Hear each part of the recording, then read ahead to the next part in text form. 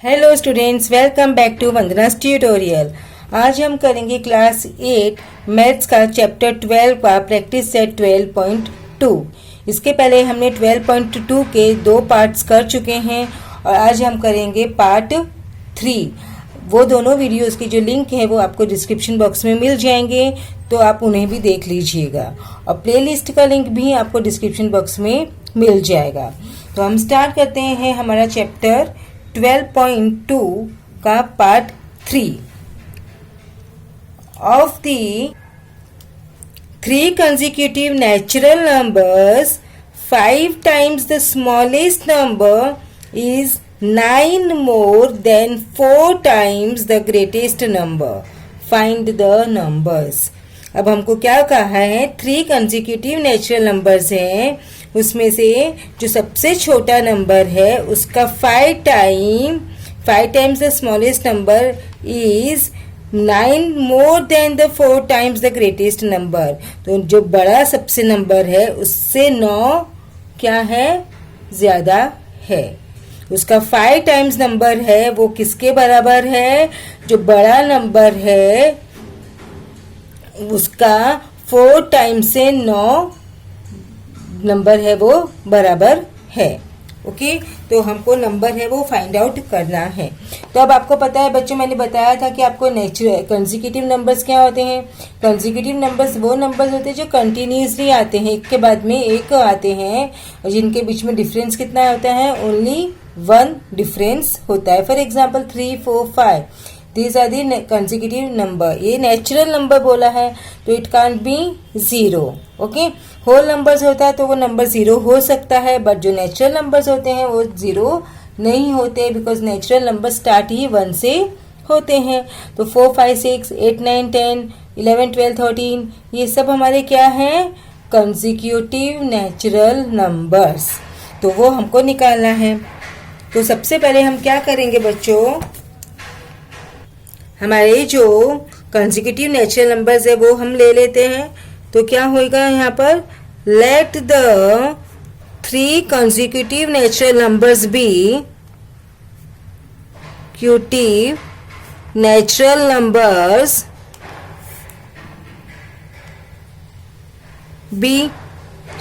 सबसे पहला हमने क्या लिया, x, तो हमारा दूसरा क्या होगा x+1 और तीसरा होगा हमारा x+2। तो इसमें सबसे छोटा कौन सा है, स्मॉलेस्ट x है, और जो सबसे बड़ा है वो कौन सा है, ग्रेटेस्ट नंबर x+2। तो x is the smallest number and x+2 is the greatest number.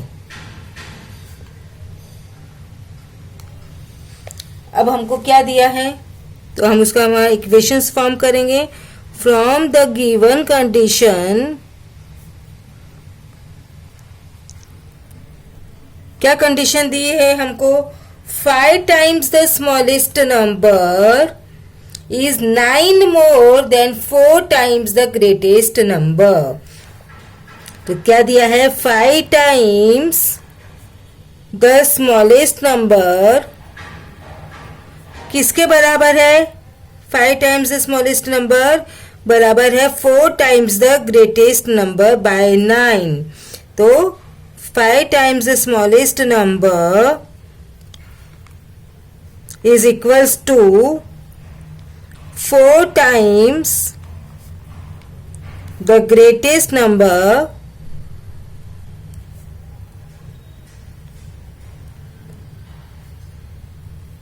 By 9। तो हमारा इक्वेशन क्या फॉर्म होगा, 5 टाइम्स स्मॉलेस्ट नंबर, तो स्मॉलेस्ट नंबर क्या है हमारा, x है, स्मॉलेस्ट नंबर इज x, तो 5x। Okay, is equals to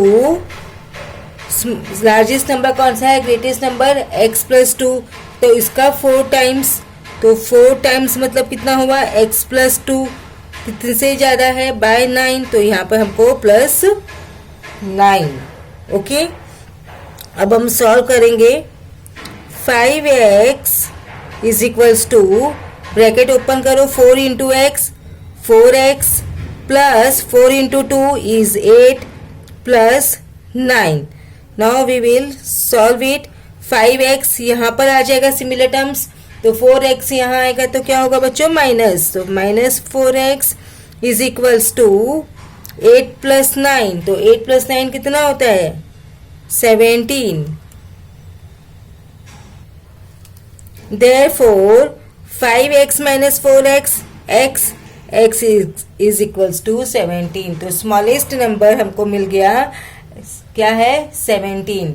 तो जो बड़ा सेकेंड नंबर है वो x प्लस 1, तो 17 प्लस 1, एंड जो थर्ड नंबर है that is the greatest one x plus 2, that is 17 plus 2 is 19.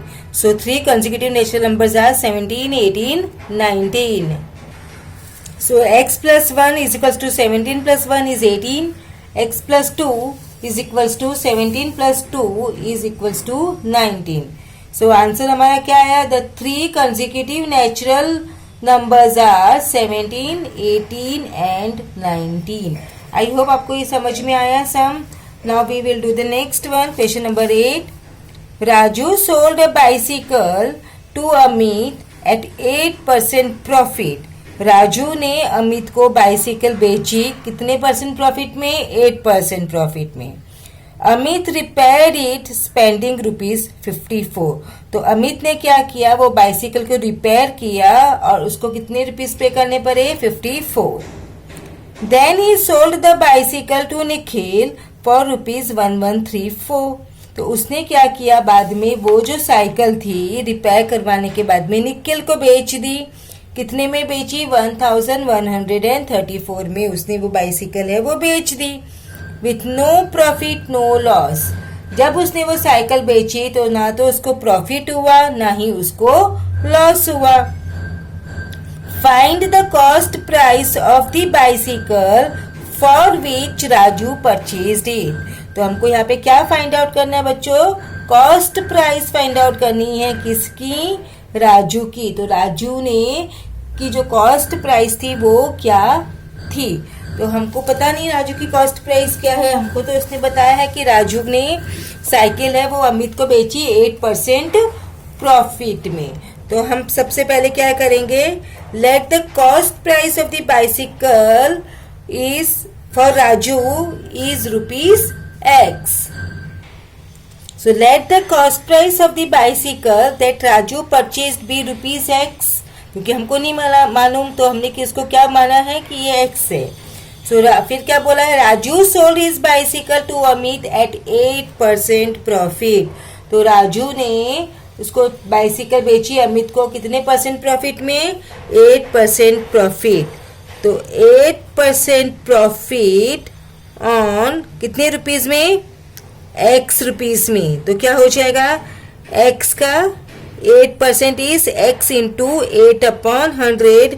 तो क्या हो जाएगा इसका? 2 4 ज़ा 8, 2 5 ज़ा 10 and 50. तो 4 and 50. Then again it can be cancelled. So 2 2 ज़ा 4, 2 2 ज़ा 4 and 2 5 ज़ा 10. तो क्या बचा हमारे पास में? 2/25 इंटू x. तो हो गया 2x/25. उसके बाद में क्या कहा है कि Raju sold the bicycle. Raju ने क्या किया, बाइसिकल को अमित को बेच दिया. टू अमित, अमित को बेचा उसने. इतना उसको प्रॉफिट है. तो कितने भी उसने बेचा था उसके कॉस्ट प्राइस उसने हमने क्या ली है? x रुपीस ली है. तो x पर हम प्रॉफिट की अमाउंट जोड़ेंगे 2x/25. तो x/2x/25 इज इक्वल्स टू अपना क्या हो जाएगा बच्चों? x plus 2x. तो क्या होता है ये सब? यहाँ पर हम समझो कुछ भी नहीं है तो इट मीन्स यहाँ पर हमारा क्या है? 1 है. तो हम क्या करते हैं? Cross multiplication. तो 25 इंटू 25 1 ज़ा 25. 25 into x 25x plus 2x into x 1 is 2x only. तो हमारा आंसर क्या आया? 27x/25. तो उसका जो राजू ने जो बेचा, तो राजू की जो सेलिंग प्राइस है वो कितनी है 27x/25, यानी इतने रुपीज में अमित को उसने जो बाइसिकल है वो बेची। फिर क्या बोला है कि अमित ने भी वो जो बाइसिकल है वो किसको बेच दी, निखिल को बेच दी। कितनी रुपीज में 1134 में बेची उसने। तो हमने लिखा Amit sold the bicycle to Nikhil for ₹1134। तो इसके अंदर उसने क्या और किया है, 54 रुपीज रिपेयरिंग का भी स्पेंड किया है। तो इतने में तो उसने खरीदी थी साइकिल अमित ने, क्योंकि जो उसकी सेलिंग प्राइस थी राजू की, वो अमित की क्या हो गई, कॉस्ट प्राइस हो गई। तो अमित ने खरीदा कितने में, 27x/25 में खरीदा, और उसमें उसने 54 रुपीज और स्पेंड किए रिपेयरिंग कराने के लिए। फिर उसको बाद में उसने बेचा। जब बेचा उसने, तो उसमें ना उसको प्रॉफिट मिला ना उसको लॉस मिला। तो 27x/25 में उसने और कितने रुपीस ऐड किए, स्पेंड किए 54, तो प्लस 54।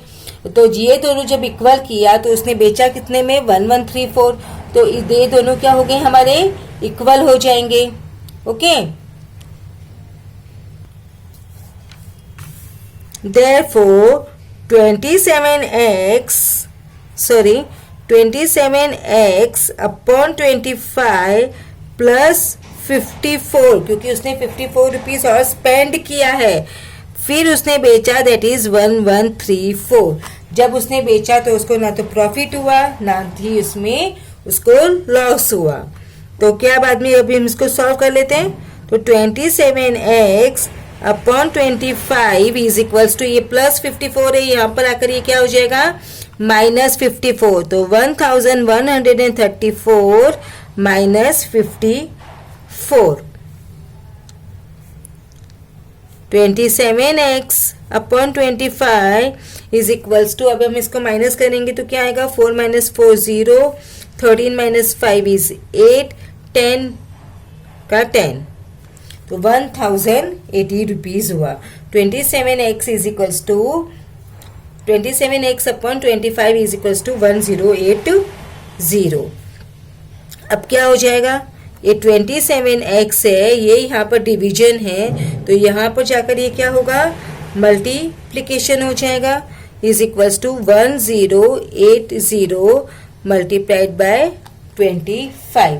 अब हम इसको मल्टीप्लाई करेंगे तो क्या होगा, 27x इज इक्वल्स टू, तो यहाँ पे आएगा 27,000। Therefore x is equals to 27,000। ये यहाँ पर मल्टीप्लिकेशन है, तो यहाँ पर आकर क्या हो जाएगा, डिवीजन। कैंसिल करो, 27 1 से 27, 27 1 से 27, 1 2 3 zeros, तो 1 2 3 zeros। तो x की जो वैल्यू है वो कितनी हो गई, 1000। Okay, I hope it's clear. तो x हमारा क्या था बच्चों, x हमारा था cost price of the bicycle for Raju. तो देयरफॉर आंसर क्या आएगा हमारा, the cost price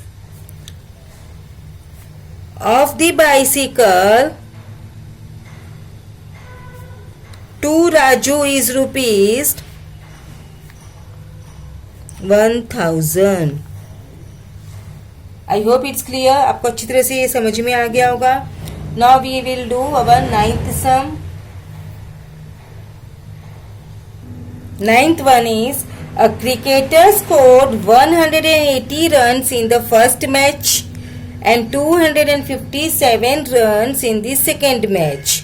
Find the number of runs he should score in the third match so that the average of the runs in the 3 matches be 230. तो इसमें क्या कहा है कि जो एक क्रिकेटर है उसने फर्स्ट मैच में 180 रन्स स्कोर किए, सेकंड मैच में किया 257 रन्स, और थर्ड मैच में उसको कितने रन्स बनाने चाहिए ताकि उनका जो एवरेज है तीनों मैच का वो कितना हो, 230 रन्स। बच्चों इट्स बहुत बहुत इजी सम है, तो पहले हम लिखेंगे लेट द क्रिकेटर स्कोर, क्योंकि हमको थर्ड मैच का नहीं मालूम है। सो लेट द क्रिकेटर स्कोर कितने रन्स, x रन्स लिए हमने in the third match.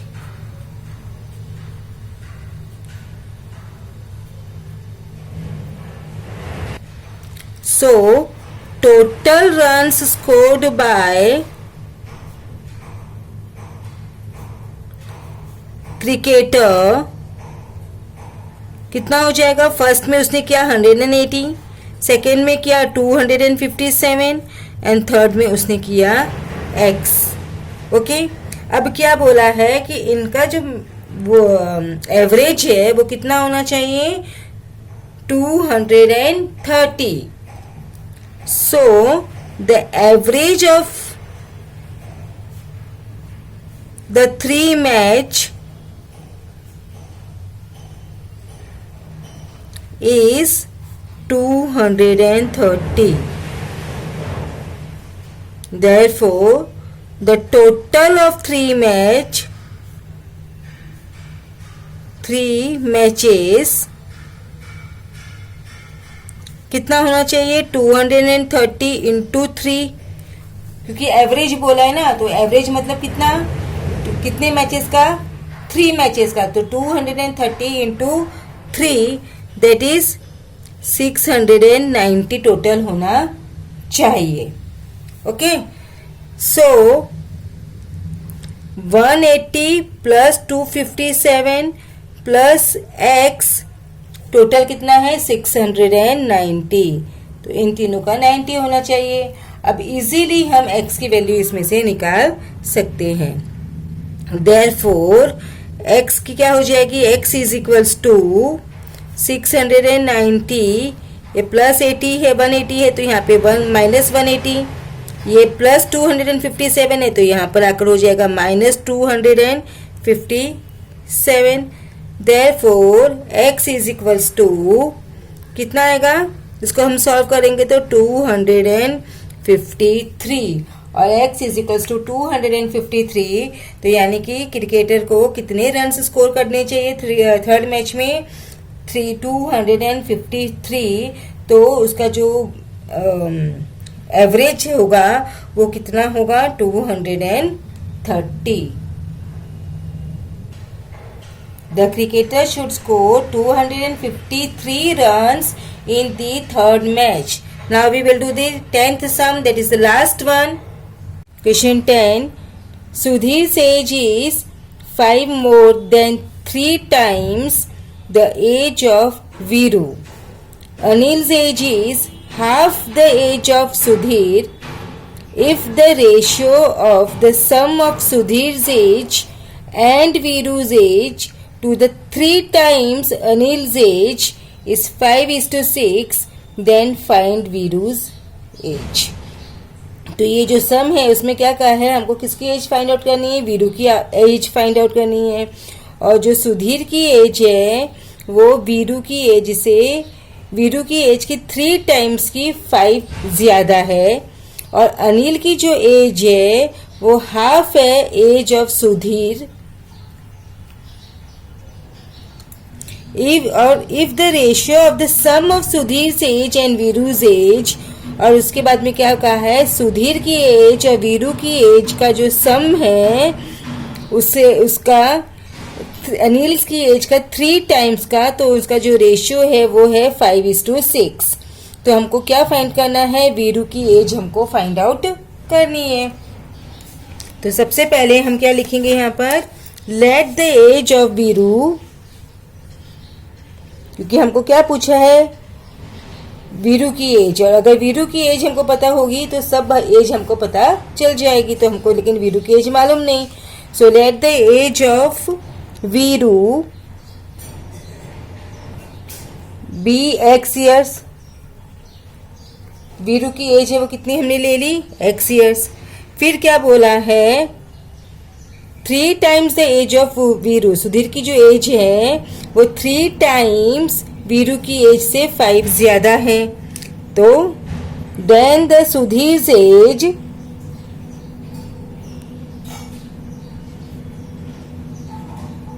As कितनी होगी? 3 times the age of Veeru. तो वीरू की एज का 3 टाइम्स यानी 3x, उससे 5 ज्यादा तो प्लस 5। तो 3x प्लस 5 हमारी किसकी एज है? ये सुधीर की एज। फिर क्या है पूछे, बोला है अनिल की एज ही बताई है। तो Anil age he is half of the Sudhir age. Anil की एज क्या है? सुधीर की एज का हाफ है। सुधीर एज तो इज इक्वल्स टू, अब सुधीर की एज कितनी है? 3x plus 5। तो सुधीर की एज का हाफ निकालने के लिए हमको क्या करना पड़ेगा? 2 से डिवाइड करना पड़ेगा। किसी भी चीज को हम हाफ करते हैं तो मतलब 2 इक्वल पार्ट्स में डिवाइड करते हैं, that means we have to divide it by 2। तो हमने इसको किससे डिवाइड किया? 2 से। तो अनिल की एज है वो हमको पता चलेगी। उसके बाद में क्या बोला है? If the ratio of the sum of Sudhir age and Viru's age, ratio निकालना है किसका? हमको दिया है रेशियो 5:6 दिया है, लेकिन sum of Sudhir age and Viru's age, तो पहले हम निकाल देते हैं sum of Viru's age and Sudhir age. तो sum of Sudhir age and Viru's as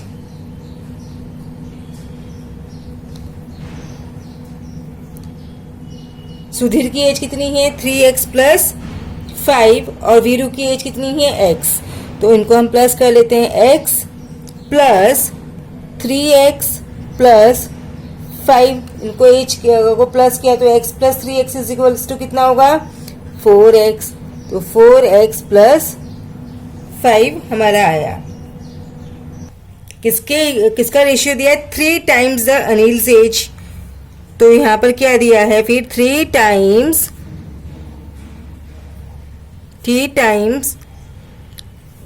Anil as कितनी होगी? अनिल की एज हमारी कितनी है? 3x plus 5 upon 2। 3x plus 5 upon 2 ये हमारी उसकी एज है, तो उसकी 3 टाइम्स। तो 3 टाइम्स मतलब हमको किससे मल्टीप्लाई करना है? 3 से मल्टीप्लाई करना है। ओके, अब from the given condition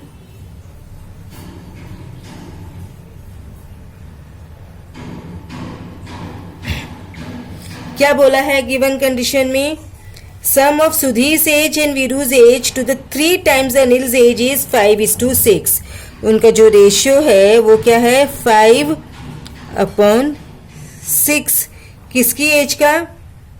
some of Sudhir and Viru's age. तो sum of Sudhir and Viru's as हमारी कितनी है बच्चों?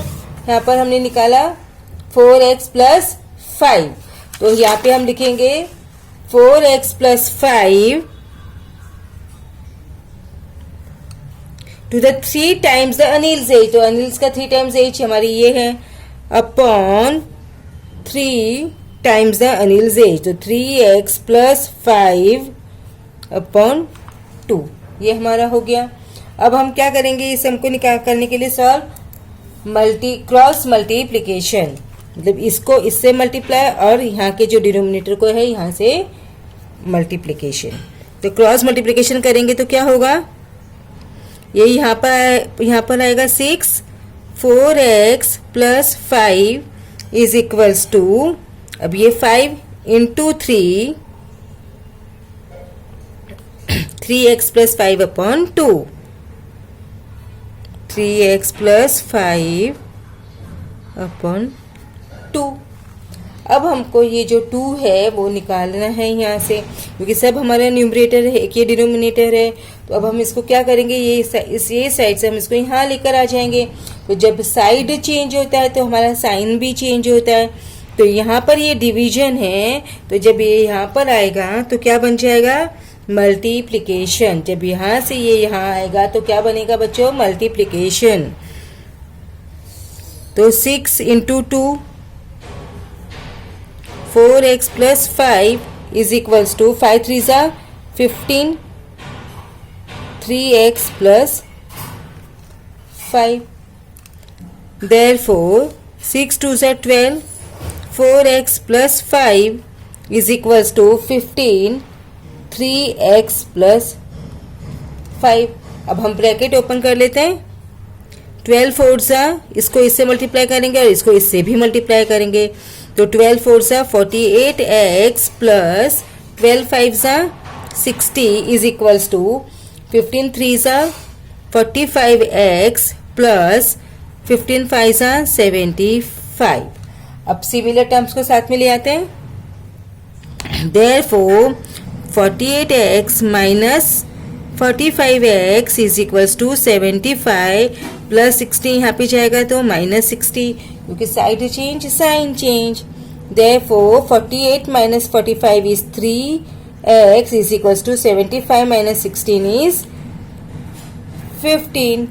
So therefore x is equals to 15 upon 3, क्योंकि मल्टीप्लिकेशन है, यहाँ पर आएगा तो ये बन जाएगा डिवीजन।